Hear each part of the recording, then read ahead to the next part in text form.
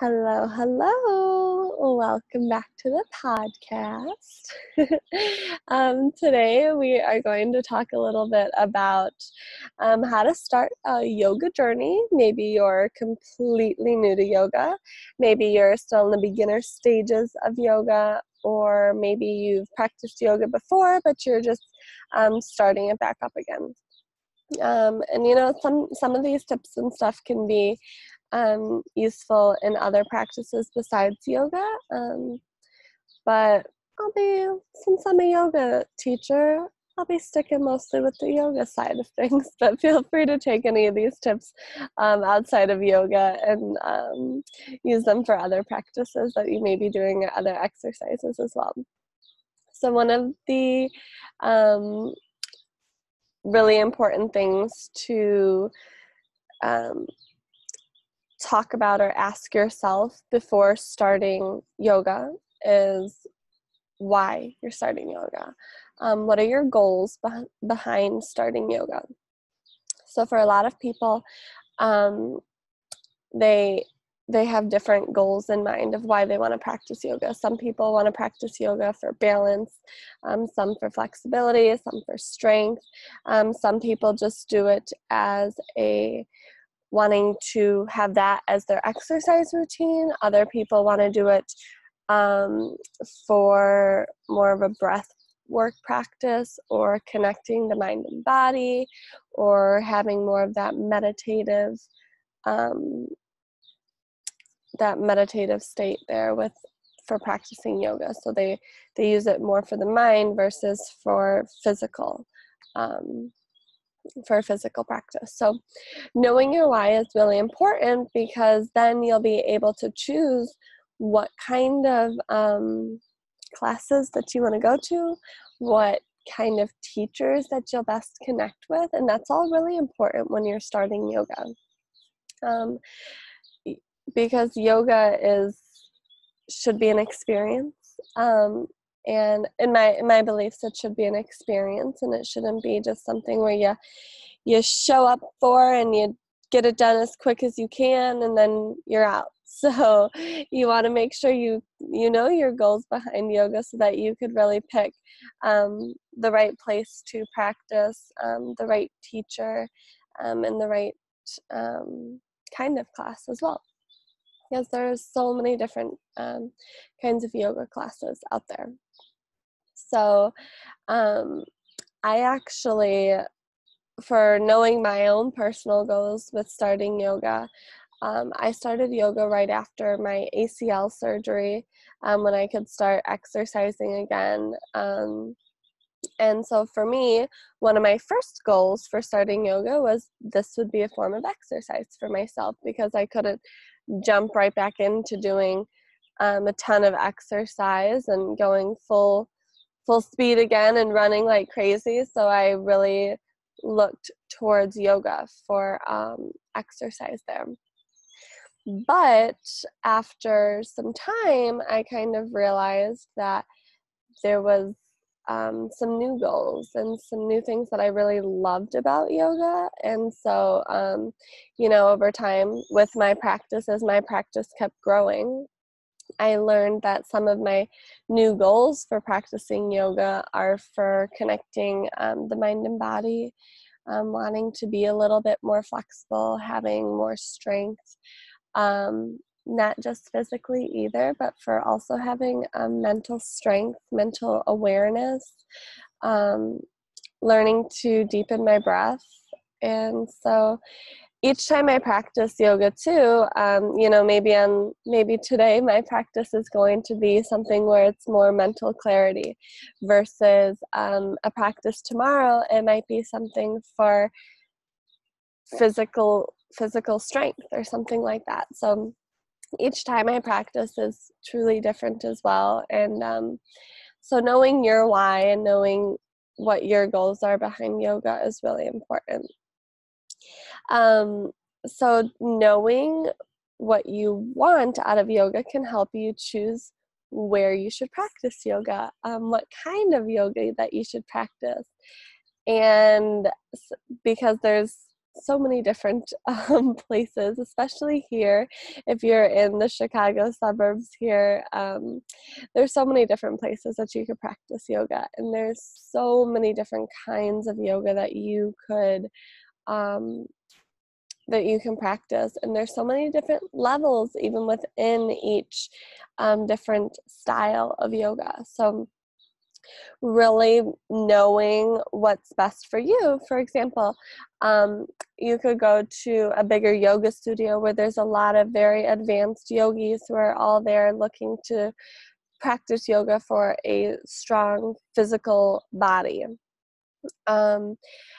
Or you could come to a smaller yoga class, something like more like what I teach over at New Beginnings Chiropractic is I usually have smaller class sizes so that we could really have connections during class and kind of have this stronger community of a class, and each class really goes on the energy level of the students in the class. So there are some classes where we do not get up from our mats at all. There are some classes where we stand the entire time and we really work on breath work and balance. But because I have such small class sizes, I'm able to work with the people in my class and really go off of where they're at for the day. So knowing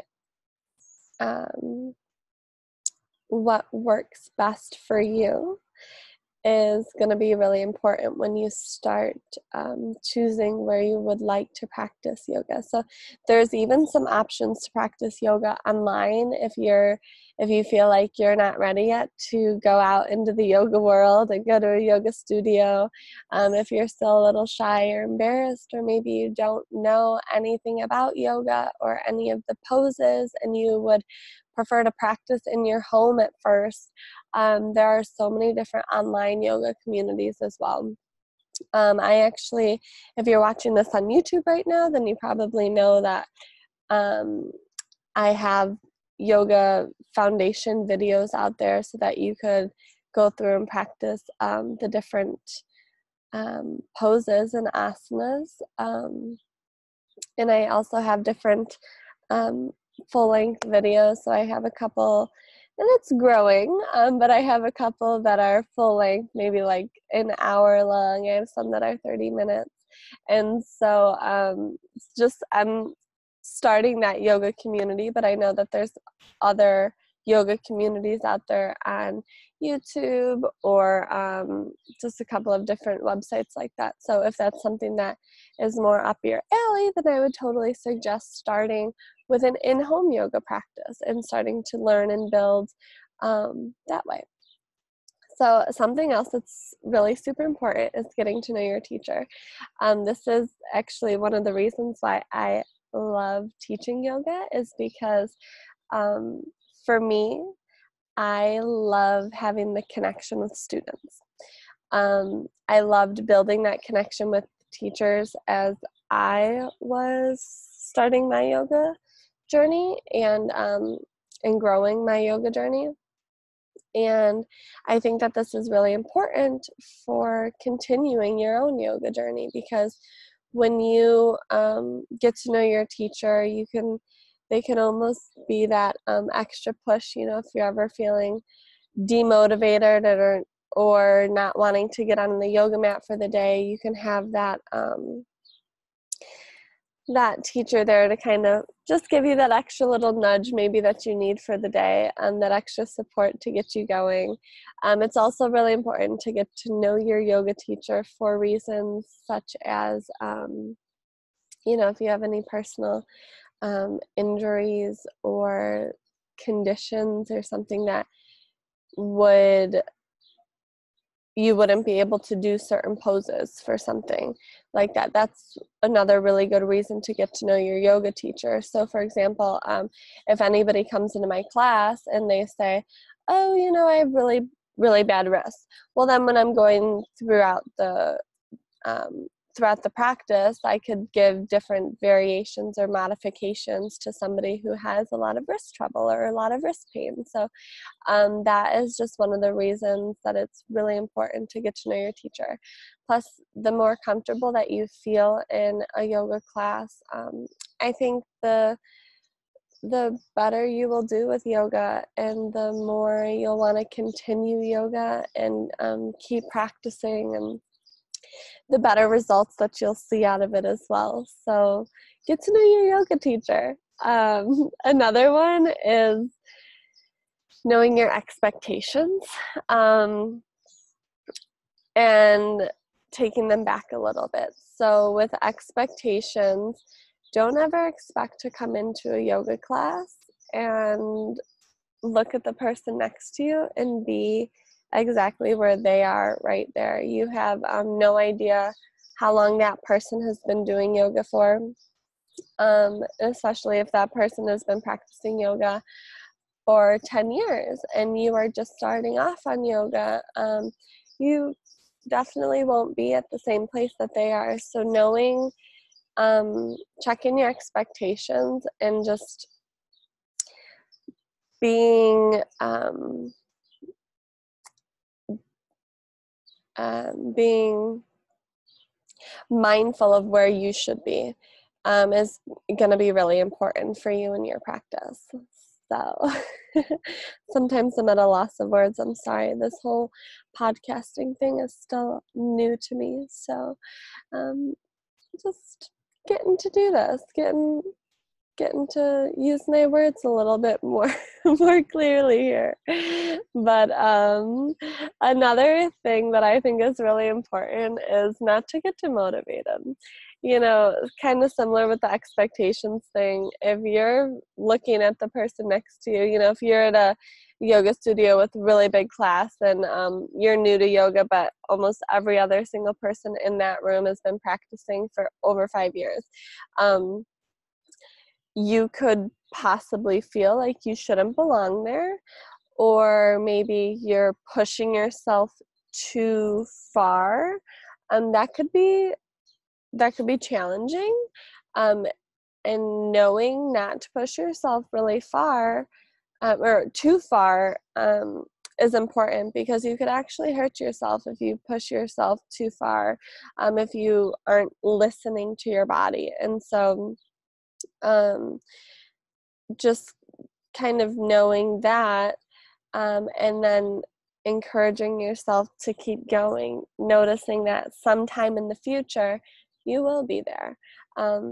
Keep those goals with you that we talked about earlier, knowing your reasons and your why and stuff like that, because you'll get there. It might not be like tomorrow, but truly it takes time to get to where you would like to be in life, right?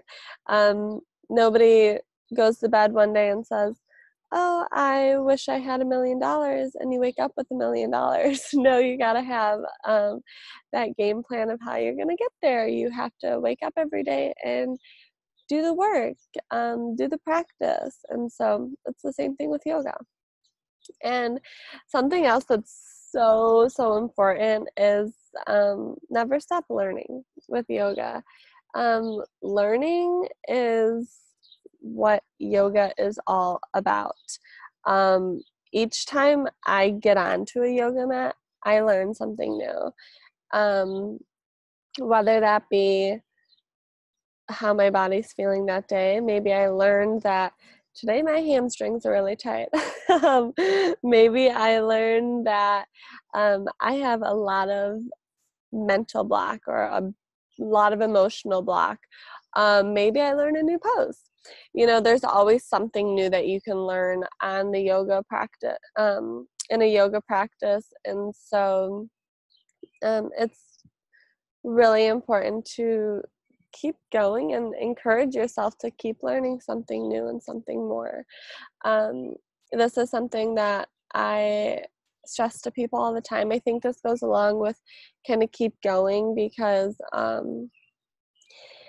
if you might not see the results that you were hoping to see right away, but as you keep going and you keep learning and growing, over time, you really do notice a really huge difference. For example, I have a student in a yoga class of mine. He's been very dedicated to coming to yoga classes of mine, and he's a big golfer. And so he said he hasn't really changed much else in his lifestyle other than coming to Tuesday evening yoga classes. And he says ever since he started that, he has seen a tremendous result in his positive result in his golf game. And so truly, I think he's learned to be more mindful, not just on the mat, but off the mat as well, and more flexible, with his swing here, more open in the hips.